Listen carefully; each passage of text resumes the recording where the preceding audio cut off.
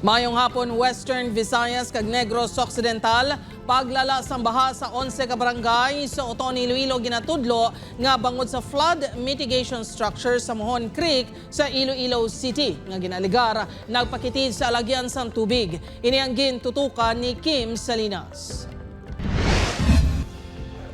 Normal na ang pagbaha-baha sa 11 ka ginatawag Riverside Barangay sa Oton. Apang sang nagtupa ang maramol nga ulan tuga sa balain nga tiyempo sa Hulyo, naglala ang sitwasyon.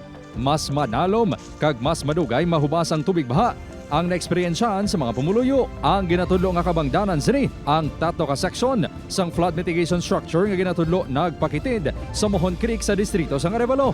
Bangod sini ang tubig halin sa Oton ang indi gilayon makalusot sa creek. Ang pinakadako gid ka naglain subong is nagtinir gid ang tubig baha, naglawig sa pila ka adlaw.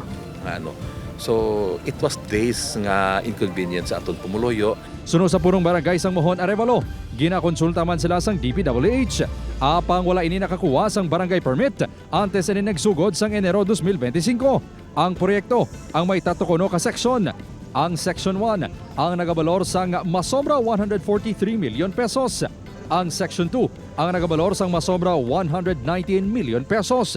Wala pa masugura ng Section 3. Sang mo nga tiyempo nga pagbagyo, nakibot lang kuya sa balay nga gitawgan ko to nga ang barangay hall taas-taas na tubig. Di kamusta ang ang aton nga ginubra nga mitigation? Gidaw mo man ang dapat da. Base sa status report sang DPWH IZRIO agin padala sa Iloilo City LGU as of July 31, 2025, 42.31% ka kompleto ang Section 1 samtang 82.63% ang Section 2. Apang may isa pa ka buletin sa proyekto nga nagabalor sang halos 91 million pesos.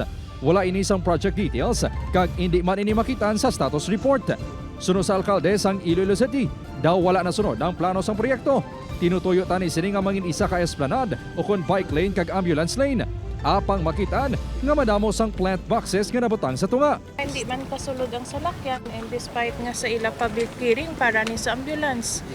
Ginbutangan hindi ko maintindihan nang tawag nila sa tunga. First time ko nakakita. Ginausisa naman sang DENR kung nasunod sa proyekto ang 3-meter nga easement sa riverbank. Kung lantaw naton, wala structure supposedly dira, no? Pero kung that structure would be for public service or public use, para sa mga esplanade, okay, dira siya. Pero ang naghambal, ang i-respect mo gid ang body of water. Hindi ka dira magbutang dito pa sa easement. Gintinguan sang news team nga makuhaan sang bahin ng DPWH ICDO apang wala pa ini nakapagwa sang pahayag. Upod Caruel Porquia, Kim Salinas, 1 Western Visayas.